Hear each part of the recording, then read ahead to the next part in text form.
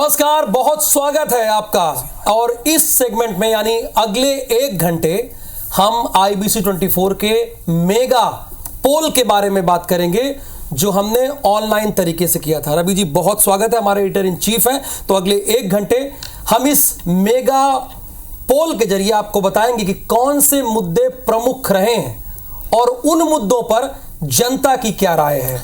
राहुल, मैं आपको बता दूं अपने दर्शकों को कि IBC 24 ने इतने भी पोल किए हैं अपने सिंगर्स और अपने ऑनलाइन में, वो हमेशा ठीक रहे हैं। चाहे 2018 में MP का पोल रहा हो या फिर अभी हमने जो मध्य प्रदेश का इस बार विधानसभा चुनाव से पहले जो पोल दिखाया था वो एकदम सटीक था, एकदम ओपिनियन पोल ठीक था। और अब हमने जो लोकसभा के लिए ये जो पोल किया है जिसके नतीजे अभी हम थोड़ी देर में दिखाने वाले हैं, देखते हैं और हमें मालूम है कि ये भी एकदम सटीक होने वाला है। राहुल बिल्कुल, यानी चुनाव की तारीखों का ऐलान हो चुका है। आज से ठीक 34वें दिन लोकसभा चुनाव का पहला वोट डाला जाएगा और 79 दिन बाद यानी 24 के महासमर आम चुनाव के रिजल्ट से हम रूबरू होते रहेंगे। लेकिन उससे पहले हमने ये जानने की कोशिश की, जैसे कि हमारे editor in chief Ravi ji ने बताया भी, कि 2009 से लेकर 2014 और फिर 2019 के लोकसभा चुनाव में भी IBC 24 ने जो भी ओपिनियन पोल किया वो जस का तस रहा। और 2023 के ओपिनियन और एग्जिट पोल में मैं खुद गया और लोगों से बातचीत की, गांव-गांव जाकर, शहर-शहर जाकर लोगों से फॉर्म भरवाए हैं, तो वो सटीक बैठा जैसा कि आप बता भी रहे थे। तो चलिए अब ये जानते हैं कि आखिर जनता के मन में क्या है। IBC 24 ने ऑनलाइन मेगा पोल जो किया है वो दिखाते हैं, जो हमने 6 प्रश्नों के आधार पर किया है।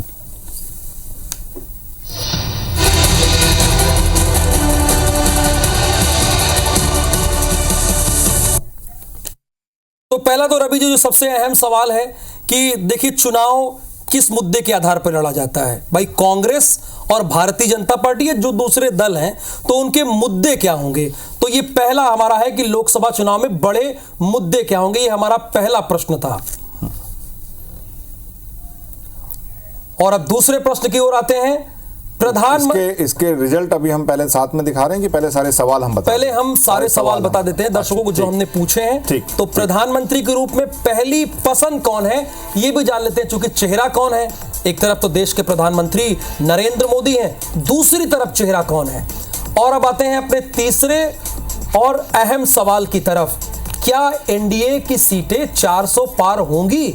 चूंकि भारतीय जनता पार्टी डंके की चोट पर यह कह रही है कि 370 पार और अपने सहयोगियों को मिलाकर 400 पार का ये आंकड़ा भारतीय जनता पार्टी दे रही है। और अब चौथा सवाल का भी रुख कर लेते हैं। मध्य प्रदेश छत्तीसगढ़ में क्या Bharatiya Janata party clean sweep कर पाएगी? 29 की 29 और 11 की 11 चुनौती बड़ी है, तो क्या कर पाएगी, ये भी हमने प्रश्न पूछा है। और अब पांचवा सवाल, इस बार किसकी सरकार बनेगी?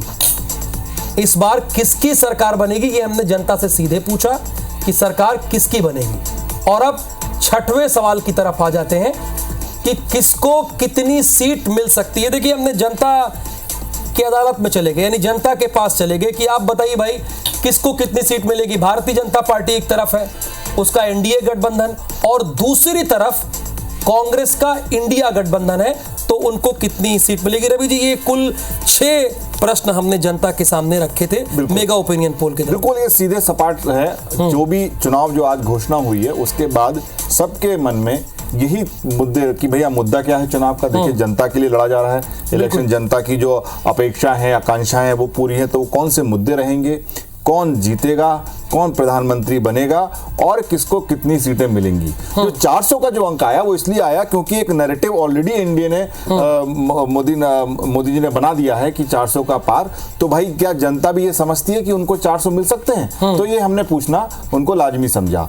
और एक मध्य प्रदेश में कितना होगा, क्योंकि मध्य प्रदेश में जहां दोनों जगह कहा जा रहा था कि कांग्रेस जीतेगी वहां बीजेपी जीती है, तो क्या अभी भी वही भावना बनी हुई है? इसलिए हमने ये पूछा कि क्या बीजेपी स्वीप करेगी मध्य प्रदेश छत्तीसगढ़ में। ये सवाल उसी के विषय में जो एकदम स्वाभाविक क्वेश्चन है जो कि वोटर के दिमाग में होते हैं।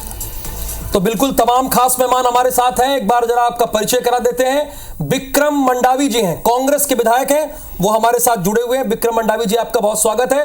और थोड़ी देर में रजनीश सिंह जी जुड़ेंगे, जो कि भारतीय जनता पार्टी के पूर्व विधायक हैं, वो थोड़ी देर में जुड़ जाएंगे। और राजनीतिक विश्लेषक के तौर पर हमारे साथ नवोदित मेहरा जी हैं। जहां पर भारतीय जनता पार्टी और कांग्रेस पहुंचना चाहती है, दिल्ली से वो हमारे साथ जुड़े हुए हैं। बहुत अनुभवी राजनीतिक विशेषज्ञ हैं, उनसे बातचीत करेंगे। और साथ में सुधीर निगम जी हैं, ये वरिष्ठ पत्रकार हैं। इनसे जानेंगे कि जो हमारे ये 6 प्रमुख सवाल थे, और जो जाहिर सी बात है अभी जनता के मन में भी है, क्योंकि भारतीय जनता पार्टी ने जैसा कहा कि 400 के पार, और हमारे एडिटर इन चीफ ने भी इस बात को बताया कि बीजेपी ने नैरेटिव सेट करने की कोशिश की है।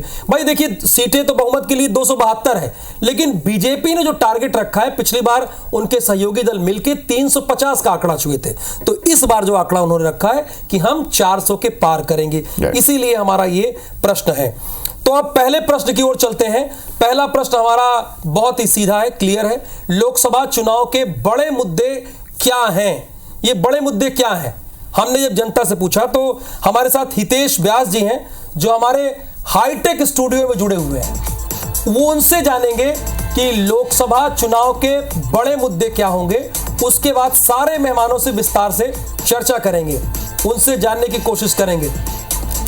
बिल्कुल राहुल, ये बहुत महत्वपूर्ण सवाल है। जैसा कि आपने एक एक करके पूरे 6 सवाल रखे, कि ये वो 6 सवाल जिसके जरिए हमने ये महा ओपिनियन पोल किया हमारे तमाम दर्शकों के जरिए, हमारे तमाम डिजिटल प्लेटफॉर्म के जरिए, और उसके बाद नतीजे सामने आए हैं, वो उन नतीजों को एक एक कर आपके सामने रखेंगे। तो पहला सवाल जिसका हम जिक्र कर रहे हैं, पहला सवाल कहता है कि मुद्दे क्या है। चूंकि लगातार एक तरफ भारतीय जनता पार्टी की तरफ से राम मुद्दे की बात होती है, धार्मिक उसकी बात होती है, और साथ ही लगातार विकास के मुद्दे पर भारतीय जनता पार्टी आगे बढ़ने की बात कहती है, तो दूसरी तरफ कांग्रेस पार्टी या विपक्षी दल लगातार महंगाई की बात करते हैं, बेरोजगारी की बात करते हैं। तो इन सब के बीच अब देखिए नतीजा क्या है, वो आपको बताते हैं। कि तो हमने सवाल ये रखा था कि लोकसभा चुनाव के बड़े मुद्दे क्या है। आप देखिए, विकास के मुद्दे पर सबसे ज्यादा लोग कहते हैं कि 41% लोगों का यह कहना है कि सबसे ज्यादा जो मुद्दा है वो अहम रहने वाला है, वो है विकास। महंगाई और बेरोजगारी के मुद्दे को 34% लोग कहते हैं कि यह अहम मुद्दा रहने वाला है इस लोकसभा चुनाव का। यानी कि आप विकास और महंगाई बेरोजगारी को देखें, ये सबसे ऊपर है।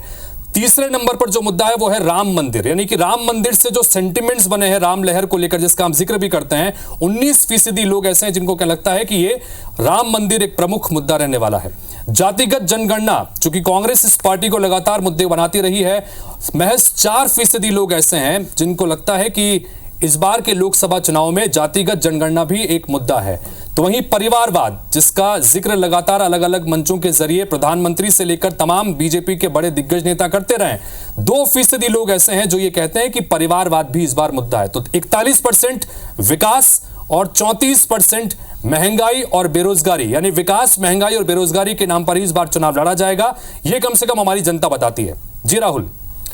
तो बिल्कुल, अब जाहिर सी बात है रवि जी, मोटा मोटी जो इसमें बात आई है सामने, विकास, महंगाई और राम मंदिर, इस पर केंद्रित है ज्यादातर। देखिए, विकास सबसे ज्यादा 41%, महंगाई 34%, और राम मंदिर जैसे कि भारतीय जनता पार्टी बहुत बड़े मुद्दे के तौर पर रख रही थी, वो तीसरे पर है। 19% लोगों ने इसे मुद्दा माना है, लेकिन मुद्दा माना है नहीं। लेकिन देखो, बहुत ही इंटरेस्टिंग ये रिजल्ट है। आपको ये चीज समझना पड़ेगी कि अब जो जनता है वो विकास के ऊपर वो वोट देने के लिए उसका मन है कि भाई जो हमारे क्षेत्र में विकास करेगा, जो उस तरह की योजनाएं चलाएगा जिससे उनकी जो रोज आम जो उनकी जरूरतें हैं जो उनको पूरी करेगा, तो मूलभूत जो सुविधाएं उनको देगा, उसके ऊपर 41% लोग वोट देंगे। तो ये विकास की तो जो प्रॉमिसेस है वो दोनों पार्टियां कर रही हैं। लेकिन अगर हम एक बात जाएं तो महंगाई, बेरोजगारी बड़ा मुद्दा है, जो कि विपक्ष की पार्टियां उठा रही हैं कि भाई महंगाई बढ़ रही है या बेरोजगारी बढ़ रही है, तो ये एक बड़ा मुद्दा है। लेकिन अगर हम एनडीए को देखें तो वो विकास के हिसाब से अपने को जोड़ते हैं, तो ये एक उन्होंने उसको मेन नैरेटिव में ला दिया है। राम मंदिर हालांकि क्योंकि राम मंदिर बना इसलिए, लेकिन 19% है, तो ये है एक लोगों के जनमानस में है कि भाई राम मंदिर जिनने बनाया है वो एक मुद्दा, वो उनको मानते हैं।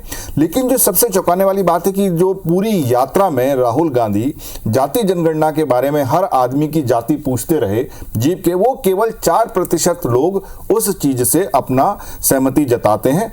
और मोदी जो परिवारवाद की बात करते हैं, और उन्होंने अपनी कैंपेन आज एक वीडियो लॉन्च किया मेरा परिवार, लोग उसको उतना बड़ा मुद्दा नहीं मानते। हमारे पोल से ये निकल के आया है।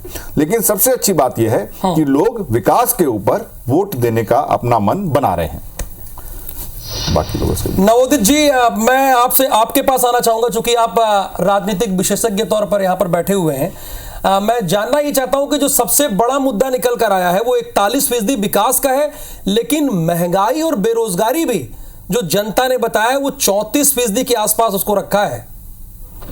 देखिए, ये जो राहुल जी जो विश्लेषण आया है और जो निचोड़ आया है आपके पूरे सर्वे का, इसमें नो डाउट कि महंगाई और बेरोजगारी एक बड़ा मुद्दा सामने आ रहा है। परंतु आप बाकी और अगर मुद्दे को देखें तो आप ये पाएंगे कि बीजेपी का जो नैरेटिव है वो सामने आ रहा है। विकास का मुद्दा सामने आ रहा है, जो उन्होंने बात की है हमेशा, और विकास को एक परिधि में नहीं बांटा। विकास को यह कहा कि सारे की सारी जातियां, सब धर्म के लोग, सब तबके के लोग उसको अपनाते हैं, मानते हैं और विश्वास करते हैं। अगर आप बीजेपी का विकास का मुद्दा रखें, राम मंदिर का मुद्दा रखें, तो ये पूरे के पूरे विपक्ष का जो मुद्दा महंगाई और बेरोजगारी का है उसमें भारी पड़ता है। और सबसे अच्छी बात इसमें यह आई है आपके सर्वे में कि जातिगत भावनाओं से बदल के अब वोटर विकास की तरफ उन्मुख हो रहा है और विकास को एक मुद्दा बना रहा है। रजनीश जी, जो हमारा मुद्दा आया है सामने, हमने जनता से पूछा, IBC 24 ने मेगा ऑनलाइन पोल किया, उसके अकॉर्डिंग विकास जो है वो तो 41 रहा, लेकिन महंगाई और बेरोजगारी भी 34% पर है। छत्तीसगढ़ की जनता को इस लोकतंत्र के महापर्व की बहुत बधाई देता हूं और आग्रह निवेदन करता हूं कि हम सब अधिक से अधिक इस लोकतंत्र में हिस्सा लें, भागीदार बने।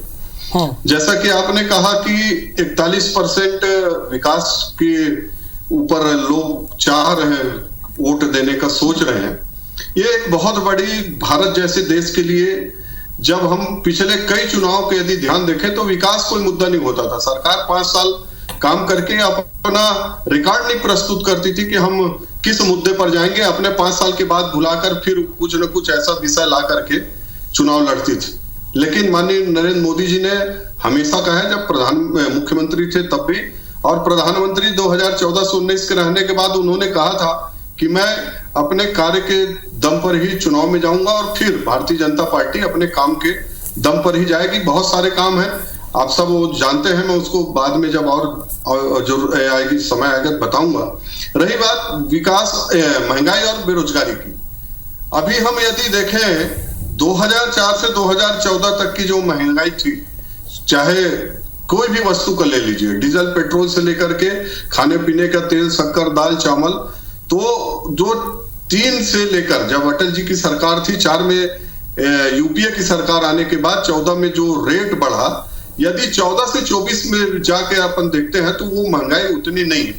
और बेरोजगारी की जो बात आ रही है, भारतीय जनता पार्टी की सरकार ने, माननीय नरेंद्र मोदी जी की सरकार ने बहुत सारे ऐसे क्षेत्र विकसित किए, चाहे वो बैंक के मुद्रा लोन के, मैं रजनीश जी आपके पास दोबारा आ रहा हूं। विक्रम जी, ये जब महंगाई और बेरोजगारी की बात आई तो रजनीश जी साफ तौर पर कह रहे हैं कि 2004 से 2014 का आंकड़ा उठा लीजिए और 2014 से 2024 का आंकड़ा उठा लीजिए, तो उसके लिहाज से 2014 से 24 का आंकड़ा 2004 से बड़ा कम है। देखिए मनोज जी, सबसे पहले तो इस लोकतंत्र के महापर्व की जो शुरुआत हुई है आज, उसके लिए पूरे जनता को बहुत बहुत धन्यवाद देना चाहता हूँ और सबसे आग्रह भी करता हूँ, अनुरोध करता हूँ कि इसमें बढ़ चढ़कर हिस्सा लें, ज्यादा से ज्यादा हम सबको मतदान करें, ताकि ये जो हमारा जो लोकतंत्र की जो खूबसूरती है हमारे देश के अंदर में, ये मजबूती हो, पहली बात। दूसरी बात, जिस तरीके से हमारे साथी रजनीश सिंह जी ने कहा कि महंगाई और बेरोजगारी देश में कोई मुद्दा नहीं है, मुझे बड़ा और इनके बातों पे हंसी आता है कि इस तरीके जो देश के सबसे बड़ी जो मुद्दे आज अगर वर्तमान में कोई है तो महंगाई और बेरोजगारी है, जहां पे गरीब और मध्यम वर्ग इससे इतना परेशान है कि वो अपनी व्यथा, अपनी परेशानी बोल नहीं पा रहा है, और उस बड़े मुद्दे को इन्होंने इतनी आसानी से ये कहना कि ये कोई मुद्दा नहीं है। और दूसरा, जिस तरीके से आज पिछले 10 सालों में महंगाई चरम सीमा पर पहुंच चुकी है, बेरोजगारी चरम सीमा पर पहुंच चुकी है, और ये इतने बड़े आसानी से कैसे कह सकते हैं कि 2014 से पहले वो महंगाई था, आज नहीं है। आज क्या वर्तमान समय में महंगाई की क्या स्थिति है इन्हें मालूम है? क्या ये आज ये महंगाई में सामान लेने के लिए बाजार में जा रहे हैं? पेट्रोल की क्या रेट दर है, डीजल की क्या दर है, दाल है, खाने की सामान की तेल है, सामान जो एक जो गरीब वर्ग, मध्यम वर्ग जिस तरीके से प्रताड़ित और परेशान है महंगाई को लेकर, वो अपनी बात कहीं नहीं बोल पा रहा है। और आने वाला इस लोकतंत्र के परवर वो अपना बात अपनी मतदान करके जवाब देगा, ये भारतीय जनता पार्टी समझना चाहिए। आज जिस तरीके से ये लोग हर बातों को दबाने का विक्रम मानव जी, आप इस एक चीज लेकर मैं जानना चाहूंगा कि जिस तरीके से ये लगातार कुचलने दबाने का प्रयास कर रहे हैं। आज ये 2 करोड़ लोगों को रोजगार देने की बात किए थे, 15-15 लाख रुपए देने की बात किए थे, बेरोजगारी में खत्म करने की बात किए थे, महंगाई खत्म करने की बात किए थे, हर किसी खाते पे 15-15 लाख रुपया पैसा आने की बात किए थे। आज कहां है? आपको जनता ने एक बार नहीं, 2 बिल्कुल विक्रम मंडावी जी, ये सब आपको बोलने के लिए पूरा मौका मिलेगा, अभी तो चुनाव शुरू हुए हैं। लेकिन एक चीज मैं आपसे जानना चाहता हूं कि जो कि आप राहुल गांधी पूरी यात्रा में जो जाति का मुद्दा उठाए थे, उसको केवल 4% जनता उसके लिए वोट करने को तैयार है इस चुनाव में। क्या आप मेरी आवाज सुन पा रहे हैं मंडावी जी? जी बोलिए। मैं ये कह रहा हूं कि एक आपकी ये सारी बातें, अभी चुनाव शुरू हुए हैं, इस तरीके के सारे भाषण करने का बहुत आपको मौका मिलेगा। अभी थोड़ा छोटे छोटे हम जवाब रखते हैं। एक चीज आपसे पूछना चाहते हैं कि जातीय जनगणना जो कि राहुल गांधी ने अपनी पूरी यात्रा में इस मुद्दे को लगातार रहा, वो जीभ से सबकी जाति पूछते रहे, जाति जनगणना की बात करते रहे, लेकिन हमारे सर्वे के हिसाब से जनता का उससे कोई सरोकार नहीं है। केवल 4% जनता ही जाति को देखकर या जाति जनगणना को देखकर वोट करना चाहती है। तो आपको लगता है कि आप मुद्दे सही नहीं उठा रहे? बिल्कुल बिल्कुल, हमारे नेता राहुल गांधी ने जो मुद्दा उठाया उन्होंने सही किया है। आज जाति गणना होना चाहिए देश के अंदर में। सभी जो दबे कुचले जो हमारे ST SC OBC और अन्य जो हमारे, वो सबकी मांग है, वो चाहते जाति गणना हो, और बिल्कुल होना चाहिए। क्यों नहीं होना चाहिए? क्या हमारे देश जनता का उससे सरोकार नहीं है मंडावी जी? बिल्कुल सरोकार है। 4% लोग इसमें वोट करेंगे ये कह रहे हैं। नहीं, बिल्कुल बिल्कुल, आप कैसे सर्वे कर रहे हैं ये जानकारी मुझे नहीं है, लेकिन मैं जहां तक मैं जान रहा हूँ लगातार हम सोशल मीडिया और जिस तरह के लोगों का जो प्रतिक्रिया सामने आ रहा है, उससे स्पष्ट मालूम है जब देश को जानने का भी अधिकार है कि आज जो गरीब तबका है, विक्रम जी, कमजोर तबका, 2023 में भी तो डंके की चोट पे आपने ये मुद्दा उठाया था। देखिए 2004 मध्य प्रदेश हो, प्रियंका गांधी वाड्रा ने ये मुद्दा उठाया था, और आप छत्तीसगढ़ में आज तब भी उठाया गया था। तो कहने का मतलब ये है कि हमने जनता के सामने रखा। देखिए उनके पास मोबाइल फोन है, ऑनलाइन भी किया और ग्राउंड पर भी जाकर किया। तो उन्होंने जातिगत जनगणना के आधार पर, सुनिए ना विक्रम जी सुन तो लीजिए ना, हमारे मुद्दों से सबको सरोकार रहना नहीं रहना संभव नहीं है। चलिए कोई बात नहीं, ये जो हमारा पोल है तो वो हमने बता दिया। सुधीर जी आ रहा हूं मैं, सेकंड राउंड में आ रहा हूं आपके पास। अभी हमारे पास कुल 5 और प्रश्न है इसके बाद विक्रम जी। सुधीर जी, कुल मिलाकर विकास तो जहां पहले नंबर पर रहा है, लेकिन महंगाई और बेरोजगारी को भी इग्नोर नहीं किया सकता। 34% ऐसे लोग हैं जो कह रहे हैं कि हम इस आधार पर वोट करेंगे, उन्होंने इसे मुद्दा माना है।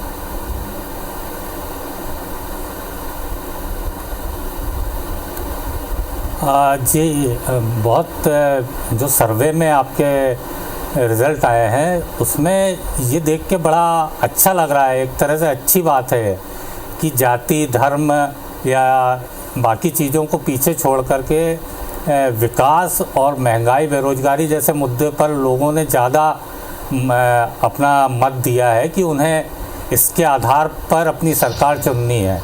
तो विकास का मुद्दा ऐसा है जो जिसके दम पर लगातार प्रधानमंत्री नरेंद्र मोदी बोलते रहे हैं कि हम तो अपने काम के बदले में वोट मांगेंगे लोगों से। और आपके सर्वे में जो दिखता है उससे ये स्पष्ट होता है कि वाकई विकास के मामले में जनता अब थोड़ी जागरूक हो गई है पहले से। तो ये एक अच्छी मुझे अच्छा इसका नतीजा जो दिख रहा है वो ज़्यादा बेहतर दिख रहा है। इसके अलावा जो महंगाई बेरोजगारी वाली बात है तो इसे बिल्कुल इग्नोर नहीं किया जा सकता। जिस कदर पिछले 5-7 साल में महंगाई बढ़ी है, यानी अब ये पक्ष विपक्ष की बात नहीं कर रहा है, यानी एक आम आदमी के नज़रिए से इस देखने की कोशिश करें अगर तो सुधीर जी, हमने भी उसी नजरिए से देखा है। हम तो जनता के पास चले गए। अब जनता ये बता रही है कि हम 34% महंगाई को मुद्दा मानते हैं। चूंकि अब दूसरे सवाल पर आ जाते हैं। पहला सवाल तो हमारा मुद्दा क्या था वो हमने रखा, अब दूसरे सवाल पर आ जाते हैं। दूसरा, रवि जी, सबसे बड़ा इंटरेस्टिंग सवाल है चेहरा, फेस। प्रधानमंत्री के रूप में पहली पसंद कौन होगा, ये जब हमने जनता से पूछा तो हितेश जी, जनता का जवाब क्या आया? चूंकि जनता का जवाब तो आपके पास ही है, जरा बताइए कि जवाब क्या आया। बिल्कुल राहुल जी, ये सवाल जो आपने पूछा ये सबसे बड़ा सवाल इस वक्त है और हर कोई ये जानना चाहता है कि प्रधानमंत्री के चेहरे के रूप में पहली पसंद जनता की कौन है। और हमने भी अपने इस सर्वे में दूसरा सवाल यही रखा, प्रधानमंत्री के रूप में पहली पसंद जनता की कौन है। और जनता की तरफ से जो हमारे पास में नतीजे आए हैं, जो उन्होंने अपनी प्रतिक्रिया दी है, वो आपके सामने रखते हैं। तो एक एक करके वो तमाम नाम आपके सामने रखे हैं। पहला हमारा जो ऑप्शन था वो नरेंद्र मोदी को लेकर था। तो वर्तमान प्रधानमंत्री नरेंद्र मोदी को 64% लोग पसंद करते हैं कि प्रधानमंत्री के रूप में नरेंद्र मोदी ही चेहरा होना चाहिए। तो दूसरी तरफ राहुल गांधी के संदर्भ में 31%, देखिए ग्राफिक्स पूरा ऊपर नहीं आ रहा, लेकिन 31% लोग ऐसे हैं जो राहुल गांधी के पक्ष में, यानी कि उनको लगता है कि राहुल गांधी अगले प्रधानमंत्री होने चाहिए, उनकी पसंद वो हैं। अरविंद केजरीवाल की बात करें, अरविंद केजरीवाल के संदर्भ में 4% ऐसे लोग हैं जो अरविंद केजरीवाल के साथ जाना चाहते हैं। और वहीं 2% ऐसे हैं जो ममता बनर्जी के साथ जाना चाहते हैं। कि ममता बनर्जी को भी वो देखते हैं कि अगर उनकी पसंद पूछा जाए तो ममता बनर्जी को भी प्रधानमंत्री के रूप में पसंद करते हैं। लेकिन इसमें कोई दो राय नहीं है कि सर्वोच्च शिखर पर नरेंद्र मोदी हैं लोगों की पसंद के मुताबिक, यानी कि 64% लोग मानते हैं कि अगर उनसे पूछा जाए या उनके चुनने की बारी आए तो नरेंद्र मोदी के नाम पर मोहर लगाएंगे। जी राहुल। बिल्कुल, आपका बहुत शुक्रिया हितेश जी। तीसरे सवाल पर आऊंगा, लेकिन रवि जी, आधे पर भी मैं जाऊं अपने पैनलिस्ट के पास, आधे पर भी विपक्ष का कोई चेहरा नहीं है जो प्रधानमंत्री नरेंद्र मोदी के सामने ठहरता हो।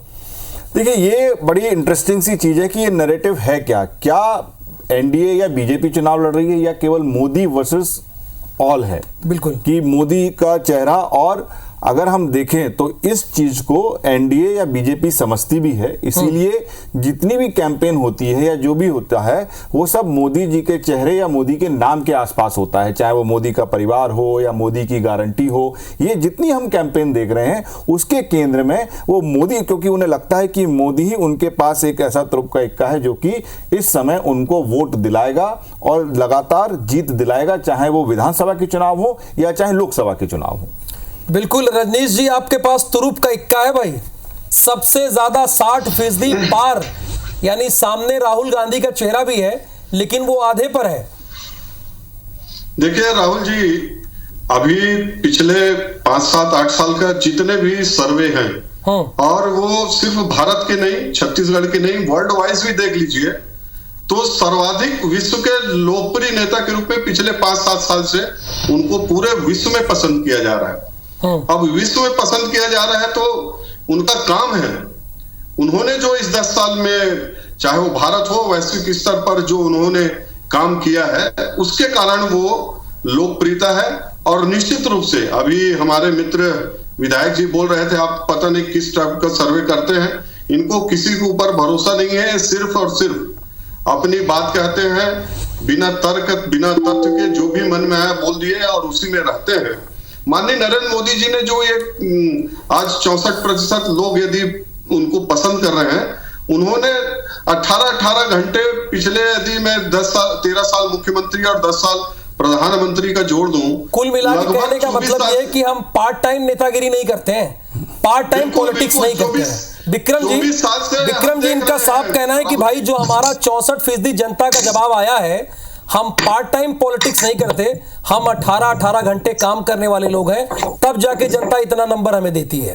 और काम करके भी देता है, मैं काम को गिनूंगा। इस तरीके से भाजपा के जो साथी कह रहे हैं कि 18 घंटा, इस देश में सभी लोग 18 घंटा, कोई 20 घंटा, कोई 15 घंटा, सब हर कोई मेहनत करता है, हर कोई काम करता है, तब देश आगे बढ़ता है और देश आगे चलता है। उसका परिणाम कोई एक व्यक्ति से देश आगे नहीं बढ़ता, इस बात को समझना चाहिए। नहीं, और जिस तरीके से परिणाम पूछ रहे हैं, विक्रम जी वो कह रहे हैं कि परिणाम तो बताओ उसका। आपकी सरकार ने किया 18 घंटे काम, बिल्कुल छत्तीसगढ़ की जनता ने क्यों नकार दिया? पहले भी प्रधानमंत्री हुए थे, इससे बाद भी आज भी मुख्यमंत्री हैं, वो सभी काम करते हैं, उसके बाद ही हमारा देश आगे बढ़ता है। आज हम दो देश में जो चुनाव हो रहा है, हमारे पास आज इनके पास चेहरा कहाँ है? आज इनके पास एक ही चेहरा, उस चेहरे को लेके तमाम छोटे चुनाव हो, चाहे नगर पालिका हैदराबाद का चुनाव में भी उसी चेहरे पे जाते हैं, विधानसभा में उसी चेहरे पे जाते हैं, उसी चेहरे जाते हैं। हमारे पास चेहरा हर राज्य में हमारे पास चेहरा है, हम सभी चेहरों को लेकर जाएंगे और इंडिया गठबंधन माध्यम से हम चुनाव लड़ेंगे और जनता का जो विश्वास तरीके से राहुल गांधी के भारत जोड़ो न्याय यात्रा में जिस तरीके से जनता ने उड़ी है। चलिए चूंकि हमें और सवाल पे जाना है, और सवाल पे जाना है राहुल, एक सवाल मैं नवोदित मेहरा से पूछना चाहता हूं। देखिए ये पॉलिटिकल डिबेट तो होती रहेगी, सही बात है, सबके अपने चेहरे हैं, जिसका चेहरा चले वो विजेता है। नवोदित मैं आपसे ये जानना चाहूंगा कि क्या जो कि बीजेपी एक पार्टी थी जो कि संगठन के बूते पे बलबूते पे जो उसका था उसकी बात करती थी, एक सामूहिक जिम्मेदारी की बात करती थी, क्या अब नरेंद्र मोदी के नाम पर या उनको एक ऐसा चेहरा मिल गया है जो कि पार्टी से भी बड़ा हो गया है, हर चीज से बड़ा हो गया है, जो केवल उसी नाम पे ये लोग चुनाव लड़ते हैं? आपका क्या मानना है इस पर? रविकांत जी, आपने बहुत अच्छा सवाल किया है और आप भी इस बात से सहमत होंगे और आई थिंक पूरा देश इस बात से अभी सहमत हो रहा है, क्योंकि आईबीसी के रिजल्ट बहुत साफ है और 64% की लीड पे प्रधानमंत्री मोदी अभी चल रहे हैं। उसके पीछे जो मैं कहूंगा कि एक जो गवर्नमेंट के जो पॉलिसीज थी जो कार्यरूप में परिणत हो रही है, उनका जो रिजल्ट है वो दिख रहा है लोगों को, एक बात। परंतु सबसे बड़ी इंपॉर्टेंट बात जो मोदी को एक कल्ट फिगर बनाने की बात है और बाकी लोगों से बहुत ज्यादा आगे ले जाने की बात है, वो बीजेपी की ऑर्गेनाइजेशनल मशीनरी है। वो आपको मानना पड़ेगा कि उनकी जो ऑर्गेनाइजेशन मशीनरी है वो अनवरत काम करते रहती है और नेता को ऐसा प्रोजेक्शन देते हैं कि बस यही नंबर 1 और बाकी सब पीछे है।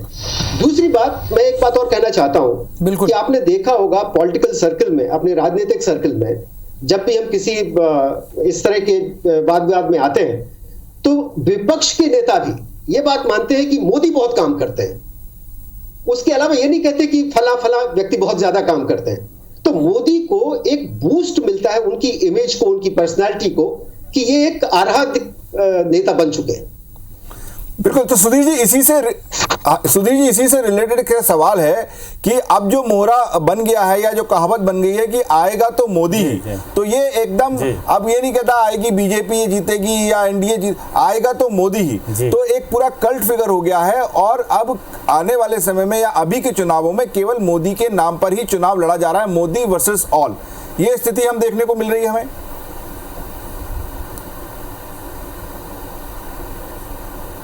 बिल्कुल, ये स्थिति अभी से नहीं बल्कि आप इसे 2014 से देख सकते हैं। 2014 के बाद जो भी चुनाव हुए हैं सभी में लगभग यही स्थिति रही है और पिछले चुनाव में तो पूरा लोकसभा चुनाव की बात कर रहा हूँ तो उसमें भी मोदी वर्सेस ऑल ही था। आप विधानसभा चुनाव में देखेंगे तो लोकल लीडरशिप जो थी उसे भी मोदी के चेहरे के पीछे ही चुनाव लड़ना पड़ा।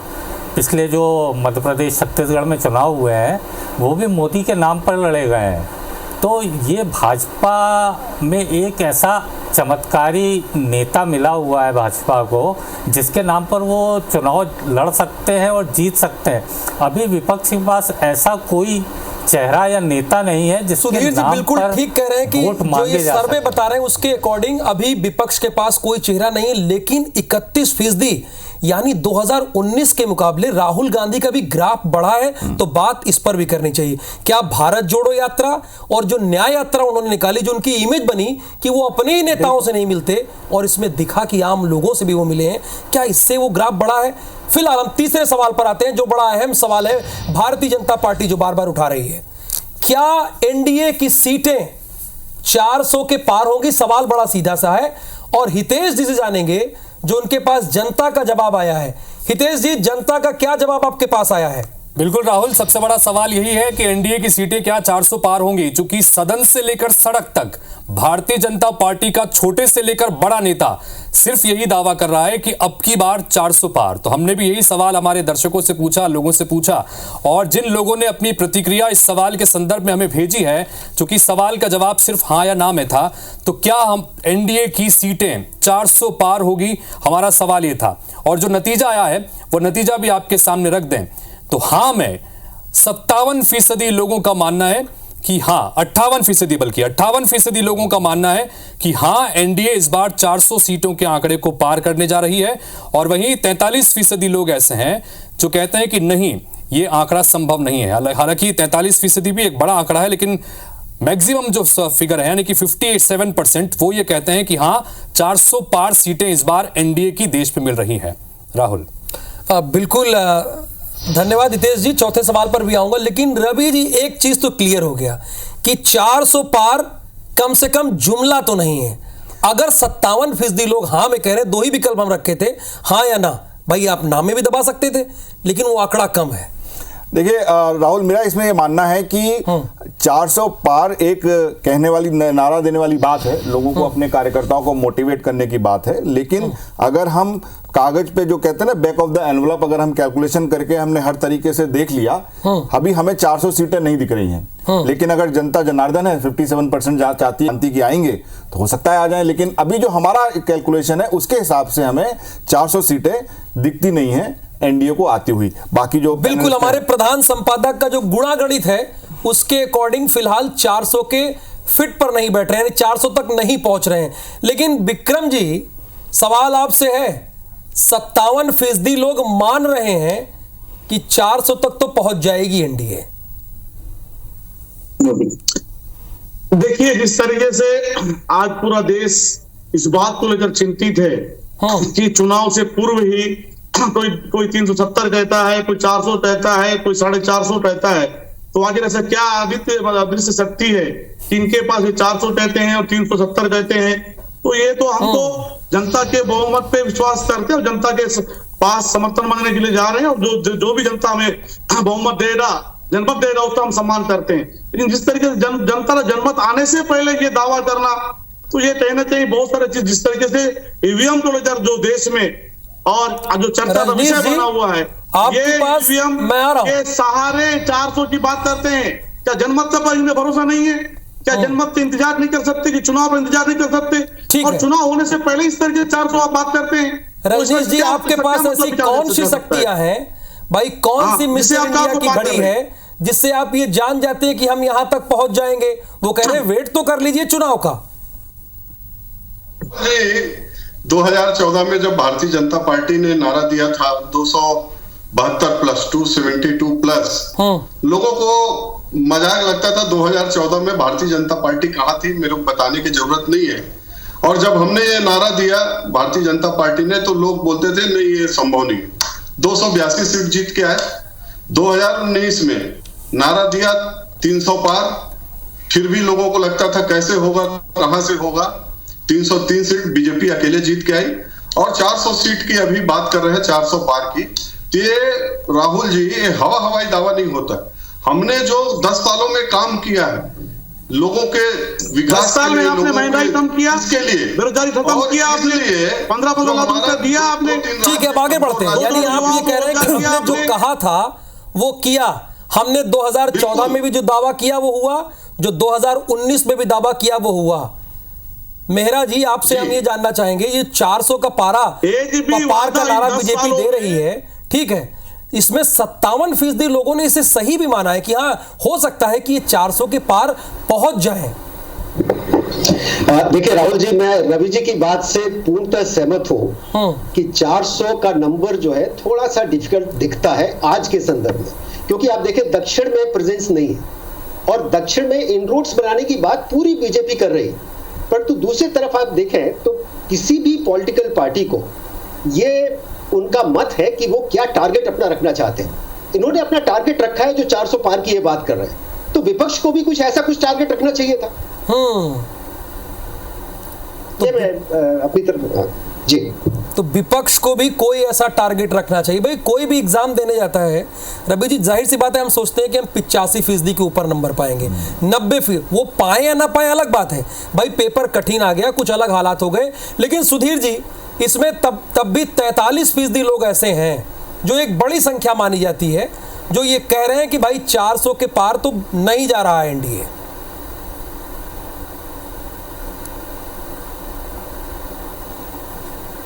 जी राहुल जी, इसमें एक चीज़ बताना चाहूँगा मैं, ये 400 पार का नारा जो दिया है, इसमें देखिए आप, खासियत यह है कि अब विपक्ष वाले भी बात करते हैं कि 400 पार कैसे जाएंगे, यानी वो पहले से ही मान के बैठे हैं कि इसके आसपास जा सकती है भाजपा या एनडीए। तो ये उसने नैरेटिव सेट कर दिया है कि हम तो 400 पार की बात करेंगे, आप उस पिच पर आकर के खेलिए। तो ये एक तरह से जनता के बीच में इस तरह का संदेश देना चाहते हैं कि हमारा टारगेट बड़ा है, हम उसे अचीव करेंगे किसी तरह भी, और नहीं भी कर पाते उसके आसपास भी पहुंचते हैं तो ये उसके लिए जीत होगी। और विपक्ष को इस मामले में थोड़ा पहले सतर्क होना चाहिए था, वो भी उस पिच पर खेल रही है जिस पे भाजपा खिलाना चाहती है। तो ये जानबूझ करके नैरेटिव सेट किया गया है 400 पार का। हालांकि जो रवि जी ने कहा पहले, बिल्कुल सही कहा कि ये 400 पार जाना बहुत मुश्किल लगता है, लेकिन फिर भी जिस तरह से वो पिछले 2 चुनाव की बात अभी कर रहे थे हमारे साथी, कि उस तरह का आंकड़ा दिया था और उसे पार करके दिखाया, तो वो अचीवेबल लग रहा था। लेकिन इस समय 400 पार का जो टारगेट बनाया है वो मुश्किल तो लगता है, लेकिन जनता ने सर्वे में माना है, तो हो सकता है कि इसे हकीकत में भी बदल दें। और लेकिन विपक्ष को जिस तरह बात आई कि विपक्ष को भी अपना एक टारगेट सेट करना था। एक बड़ी बात यहाँ पर वरिष्ठ पत्रकार ने कही है, उन्होंने कहा है कि भारतीय जनता पार्टी जिस पिच पर विरोधी को खिलाना चाहती, विरोधी खेलने लगते हैं। अरे भाई 272 का भी तो आंकड़ा है, 272 सीट अगर आप पा जाएंगे। 1990 के बाद से बड़ा मुश्किल था, संघर्ष था। अटल बिहारी वाजपेयी से कोई पूछे, कोई सोनिया गांधी मनमोहन सिंह से पूछे कि गठबंधन सरकार चलाना कितना मुश्किल होता है, लेकिन बीजेपी 400 कह रही है तो कांग्रेस भी कहने लगती है कि 400 पार वो कैसे करेंगे। हालांकि इसी पैनल में हमारे प्रधान संपादक ने कहा कि ये थोड़ा मुश्किल लगता है जो उनका कैलकुलेशन है। लेकिन अब चौथे सवाल की ओर आते हैं, जो बड़ा अहम सवाल है, और मध्य प्रदेश और छत्तीसगढ़ की जनता इस पर टकटकी लगाए देख रही है कि मध्य प्रदेश छत्तीसगढ़ में क्या बीजेपी क्लीन स्वीप कर पाएगी। क्योंकि मेरे पास तो इसका जवाब है नहीं, हितेश जी के पास जनता ने जवाब दिया है। अब उनके पास जनता ने जवाब जब दिया है तो हितेश जी हम आपसे जानना चाहते हैं जवाब आया क्या है। बिल्कुल राहुल, ये बड़ा सवाल आपने पूछा है और सभी जानना चाहते हैं। मध्य प्रदेश छत्तीसगढ़ दोनों ही जगह पर क्लीन स्वीप के दावे लगातार भारतीय जनता पार्टी कहती है। मध्य प्रदेश में 29 सीटें हैं, बीजेपी कहती है कि मिशन 29 के तहत हम आगे बढ़ रहे हैं और सभी सीटों पर हम जीत दर्ज करेंगे। तो वहीं कांग्रेस की तरफ से भी दावे होते हैं। इन सब के बीच अगर क्लीन स्वीप की बात करें, 58%, देखिए 58% ऐसे जो नेता हैं, कुल मिलाकर लोग हैं, वो ये कहते हैं कि हाँ ये संभव है।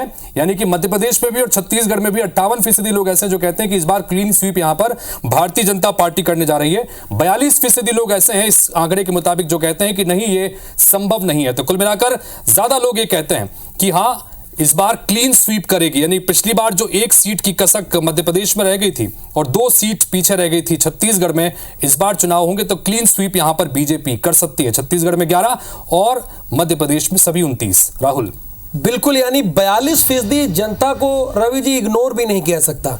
आप इतिहास भी उठा के देखेंगे मध्य प्रदेश और छत्तीसगढ़ का, तो उसमें कभी ऐसा हुआ नहीं है। बिल्कुल, तो एक बड़ा आंकड़ा रखा है। देखिए 2 चीजें हैं इसमें। पहला कि हमने ये सवाल क्यों पूछा, देखिए जब विधानसभा के चुनाव हुए अभी 3 महीने पहले, तब दोनों जगह नैरेटिव जो था या एक आम ये था कि कांग्रेस जीतेगी, लेकिन जीती कौन? बीजेपी। बिल्कुल सही। तो बीजेपी जीती और अच्छे खासी सीटों और वो भी 160 प्लस जीतना बड़ी बात। हाँ, वहां पे और यहाँ भी बीजेपी ने अपने करियर के, जबकि 15 साल वो सरकार में रह चुके, उसके बाद भी सबसे ज्यादा सीटें पहली बार जीती। बिल्कुल।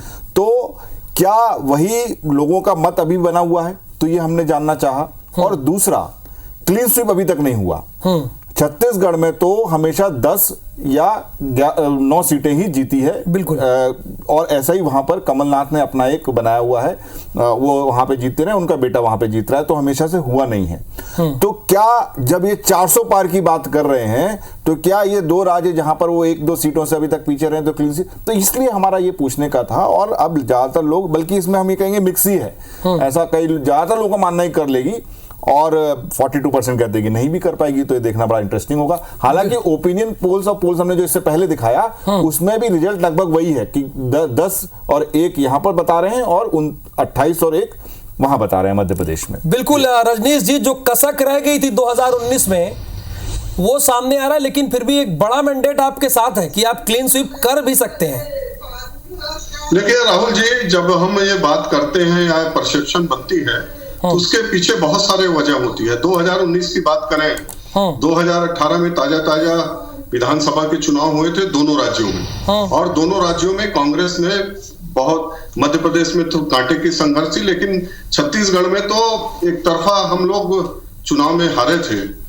और 4 महीने बाद जब अप्रैल में चुनाव होना था, तो कोई भी ये नहीं बोल सकता था कि छत्तीसगढ़ में बीजेपी 9 सीट जीतेगी, लेकिन हमने 9 सीट जीता, वहां 28 सीट जीते। और अभी हम इसलिए कह रहे हैं कि क्लीन स्वीप इसलिए होगा कि माननीय नरेंद्र मोदी जी के 10 साल के काम, और दिसंबर माह में जब चुनाव हुआ तो हमने जो मोदी जी गारंटी के नाम से, चाहे वो मध्य प्रदेश हो चाहे वो छत्तीसगढ़ हो, जो वादे किए थे, ठीक है, उन वादों के उसमें से बड़े वादे, चाहे सर आपकी बात हो गई लगभग, चूंकि हमारे मुझे 6वें सवाल पे भी जाना है।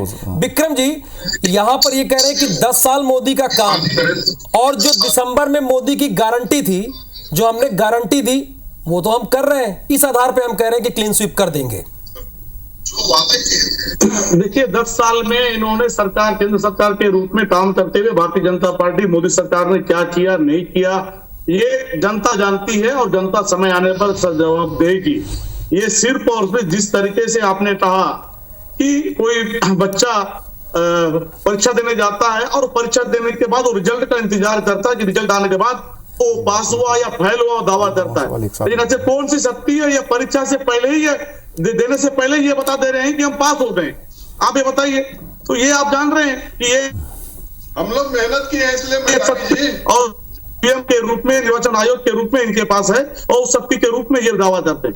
हमारा विश्वास जनता के ऊपर है, हम जनता के बीच में जाएंगे, और इनके जो कुशासन, जिस तरीके से 10 सालों में इन्होंने महंगाई बढ़ाया, बेरोजगारी बढ़ाया, देश में जिस तरीके से सांप्रदायिक माहौल पैदा किया, ऐसे अन्य बहुत सारे मुद्दों को लेकर हम देश में जाएंगे। इलेक्ट्रोल बॉन्ड से इन्होंने उद्योगपतियों को, जो पैसे वाले लोगों को लूटने का काम किया, और उस पैसे को, लूट वाले पैसे के साथ में ये विपक्ष दबाने का काम कर रहा है। इन तमाम मुद्दों को लेकर हम जनता के बीच में जाएंगे, और आने वाला समय मजबूती के साथ इंडिया गठबंधन पूर्ण बहुमत से सताएगा, ऐसा हमें विश्वास है। चलिए, विक्रम मंडावी जी इसी मंच पर एक बड़ा दावा कर रहे हैं कि इंडिया गठबंधन पूर्ण बहुमत, यानी 272 के पार कह रहे हैं, पूर्ण बहुमत से आएगा। तो सुधीर जी, मेरा आपसे प्रश्न है, यहां तो ये जो हमारा सर्वे है उसमें ज्यादातर लोग कह रहे हैं कि हाँ, क्लीन स्वीप ये कर सकते हैं।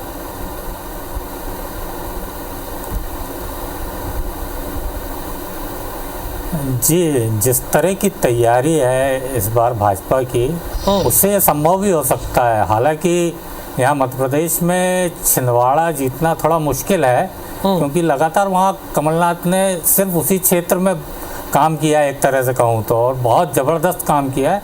जनता उनके साथ रहती है, और लेकिन ये एक चीज़ देखनी होगी, उनका नकुलनाथ का मार्जिन कम हो गया था पिछले चुनाव में, जो चुनाव जीते हैं, तो उसकी भरपाई अगर भाजपा कर लेती है तो यहाँ क्लीन स्वीप कर सकती है। लेकिन इसके साथ ही एक चीज़ और जोड़ना चाहूँगा कि कुछ सीटें ऐसी हैं जहाँ पर कांग्रेस अच्छा प्रदर्शन कर सकती है पिछले चुनाव की अपेक्षा।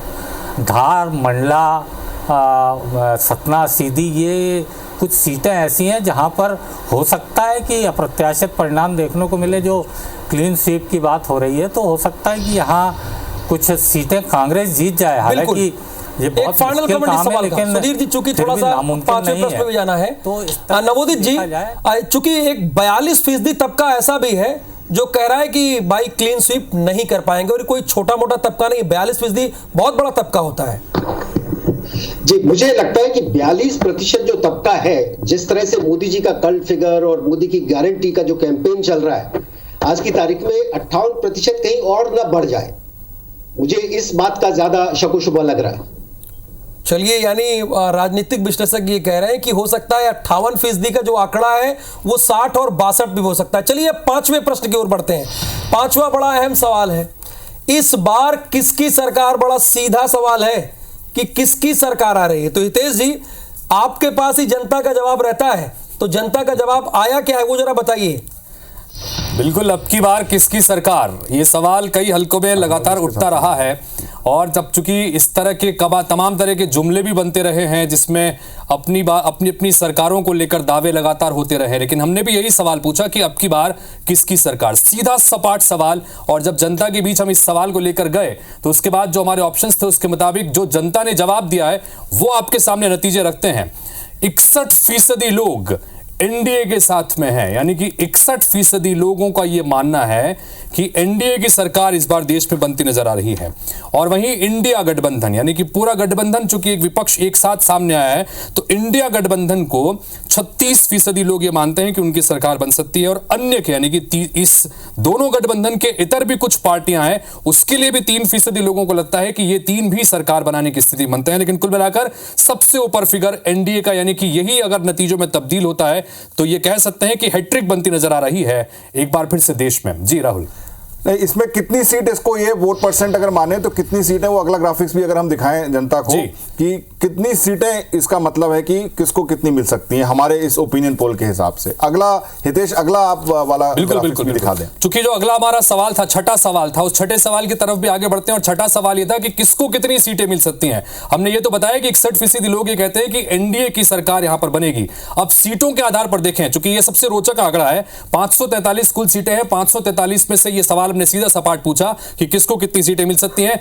एनडीए के पक्ष में 331 सीटें, यानी कि 400 पार के आंकड़े को हमारे दर्शकों के मुताबिक जनता को बीजेपी छूती नजर नहीं आ रही है। एनडीए 331 और इंडिया गठबंधन को 195 सीटें मिलती नजर आ रही हैं और अन्य को 17 सीटें यहां पर मिल सकती हैं। तो यह बड़ा रोचक आंकड़ा है। हमारे कम से कम जो दर्शकों ने अपनी राय दी है उसके मुताबिक भारतीय जनता पार्टी और एनडीए 331 तक पहुंच सकती है। 400 पार के आंकड़े को कम से कम छूती नजर नहीं आ रही है। जी राहुल, 400 से काफी दूर है, लेकिन पूर्ण बहुमत जैसा कि 272 का ही होता है उससे तो बहुत आगे है, 331 पर है। और रवि जी, 61% लोगों ने कहा है, सीधा बोल दिया है एनडीए की सरकार। मैं अपने दर्शकों को एक यहाँ पर डिस्क्लेमर बीच में दे दूं कि ये जो हमारा ओपिनियन पोल है ये ज्यादातर मध्य प्रदेश, छत्तीसगढ़, यूपी और इस इलाके का केंद्रित और लोगों का मानना हिंदी है, हार्टलैंड हिंदी हार्टलैंड है ज्यादातर। मुझे नहीं लगता कि साउथ के बहुत ज्यादा इसमें ओपिनियन पोल आए होंगे, क्योंकि उधर आंध्रा की पार्टी है वाईएसआर, वो भी तो ये उससे निकल के आया है, तब ये 331 है, जो कि पिछली बार से अगर देखें एनडीए का तो थोड़ा सा उससे कमी है।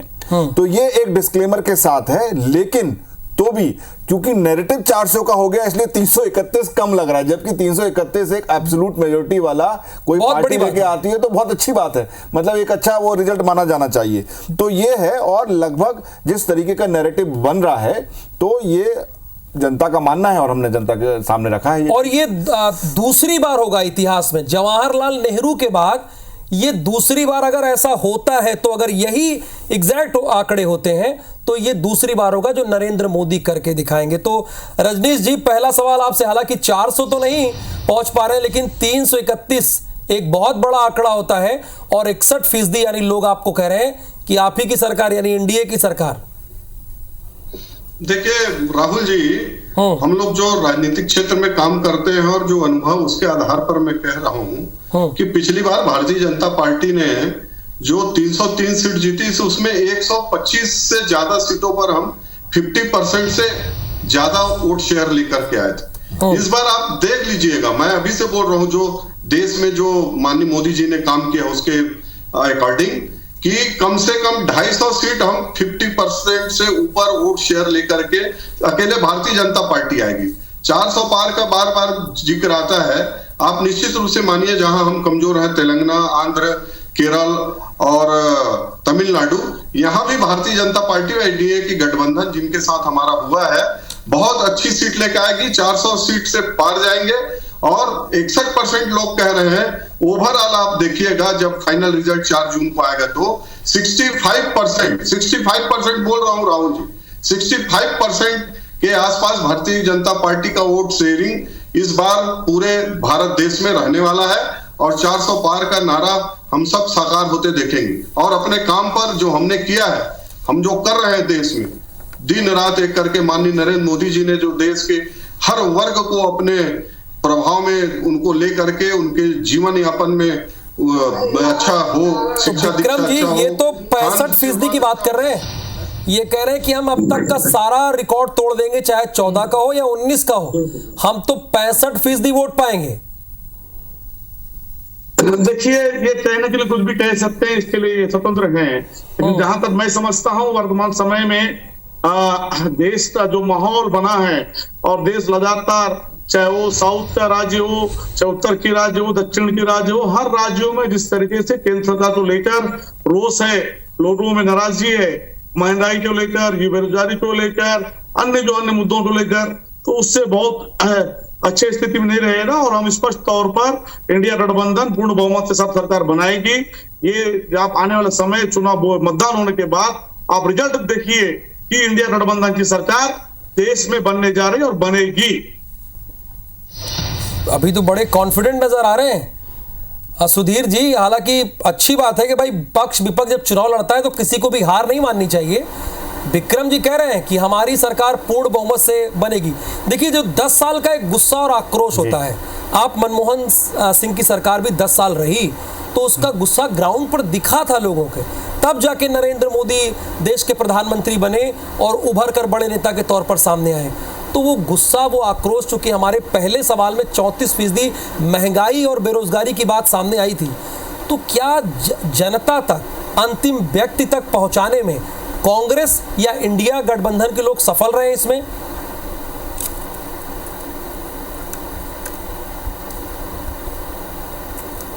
नहीं, देखिए, बिल्कुल स्पष्ट है। अभी तक जो सिनेरियो दिख रहा है उसमें तो ये स्पष्ट दिख रहा है कि एनडीए की सरकार फिर बनने वाली है और इंडिया गठबंधन दूर दूर तक सरकार बनाने की स्थिति में नहीं नज़र आ रहा है।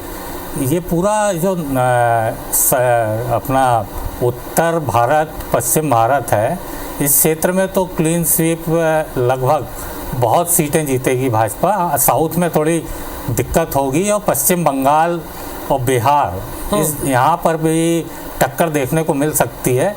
लेकिन बाकी जो इस एरिया में है तो यहाँ भाजपा आसानी से जीतती हुई दिख रही है। तो ये दावा करना है इंडिया का कि वो सरकार बनाएंगे, अभी तो संभव नहीं लग रहा है। यदि कर पाते हैं तो ये एक चमत्कार होगा। इन्हें अभी से अगर ठोस कर पाते हैं तो चमत्कार होगा। वरिष्ठ पत्रकार यही मान रहे हैं, क्योंकि भाई दावे तो कर रहा है, किसी को वॉक ओवर नहीं देना चाहिए। बिल्कुल सही बात है, राजनीति है, वॉक ओवर थोड़ी दिया सकता है।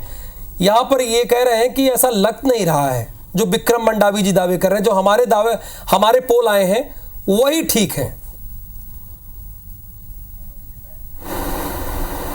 से भी सहमत हूं कि जो उन्होंने डिस्क्लेमर लगाया है, इनफैक्ट जो IBC 24 का जो सर्वे आया है वो मुझे लगता है कि जनमानस की भावनाओं को यहाँ पे दर्शा रहा है और रिजल्ट जो परिणाम होंगे इसी के आसपास होंगे। 400 का नंबर एक टारगेट लगाना बड़ी अच्छी बात है, होना चाहिए और सभी पॉलिटिकल पार्टीज को लगाना चाहिए। परंतु IBC 24 का जो सर्वे है, आप 4 जून को देखेंगे राहुल जी कि इसी के आसपास के रिजल्ट आएंगे। बहुत शुक्रिया आप सभी इस अहम बहस में हिस्सा लिए, हमारे पोल में आप जुड़े। विक्रम जी आपका धन्यवाद, रजनीश जी आपका धन्यवाद, नवोदित जी आपका भी, और सुधीर जी आपका भी बहुत बहुत धन्यवाद। नमस्कार। और सबसे अहम बात यह है, IBC 24 महापोल की बिग पिक्चर क्या है जो आप जानना चाहते हैं, तो चलिए उस बिग पिक्चर की ओर बढ़ते हैं। विकास का मुद्दा सबसे प्रभावकारी रहा है। जो ये बिग पिक्चर है, विकास का मुद्दा सबसे प्रभावकारी रहा है, यानी 10 साल में विकास हुआ ये माना गया है। महंगाई, बेरोजगारी जैसे कोर इश्यूज भी प्रभावी रहे हैं। हमारी बिग पिक्चर ये है। और जाति जनगणना को जन मुद्दा नहीं बना पाई है कांग्रेस, जैसे विधानसभा चुनाव में वैसे लोकसभा चुनाव में भी। परिवारवाद, चूंकि अब मोदी जी ये कहते हैं कि मोदी का परिवार तो परिवारवाद जनता के लिए अहम मुद्दा नहीं है, जनता को इससे कोई मतलब नहीं है, सिर्फ 2% लोगों ने ही इसे मुद्दा माना है। प्रधानमंत्री के रूप में नरेंद्र मोदी का चेहरा अभी भी सबसे लोकप्रिय चेहरा है, प्रथम श्रेणी में वो पास हुए हैं। मध्य प्रदेश और छत्तीसगढ़ में बीजेपी का दबदबा, लेकिन क्लीन स्वीप फिलहाल बीजेपी करती हुई नहीं दिख रही है। और एक बिग पिक्चर में एक बात ये भी आई है, इसे नोट कर लीजिए, स्क्रीनशॉट ले लीजिए, एक बार फिर से बीजेपी की सरकार बनेगी। 400 के जादुई आंकड़े को पार करता एनडीए नहीं दिख रहा है। और जैसा कि हम जो कहते हैं डंके की चोट पे कहते हैं, 2009 लोकसभा चुनाव उठा के देख लीजिए, 2014 और 2019 में IBC 24 ने जो कहा वही हुआ। 2023 का चुनाव भी रवि जी ध्यान होगा, उस चुनाव में तो मैं खुद मुरैना, भिंड, ग्वालियर में जाके लोगों से बात किया था, फॉर्म फिल करवाया था। तो IBC 24 जो कहता है वो वही धरातल पर होता है। बहुत शुक्रिया, बहुत धन्यवाद। लेकिन एक चीज और हम अपने दर्शकों को प्रॉमिस कर दें कि आज 16 तारीख है और अगली 16 तारीख, क्योंकि 19 को पहले वोट पड़ेंगे और अगली 16 तारीख को हम अपना फाइनल एक ओपिनियन पोल लेके आएंगे महीने भर बाद, क्योंकि अब प्रचार चालू होगा, वादे किए जाएंगे, दावे किए जाएंगे, उनको आकलन करते हुए हम 16 अप्रैल को एक अपना अगला ओपिनियन पोल फिर से लेके आएंगे। तो चलिए, हमारे प्रधान संपादक ने एक आपसे वादा भी किया है और तारीख भी चाहे तो नोट कर लीजिए, क्योंकि एक बड़ा ओपिनियन पोल बहुत देखा होगा, लेकिन सटीक ओपिनियन पोल 16 अप्रैल आपने कहा? बिल्कुल 16 अप्रैल। धन्यवाद, नमस्कार।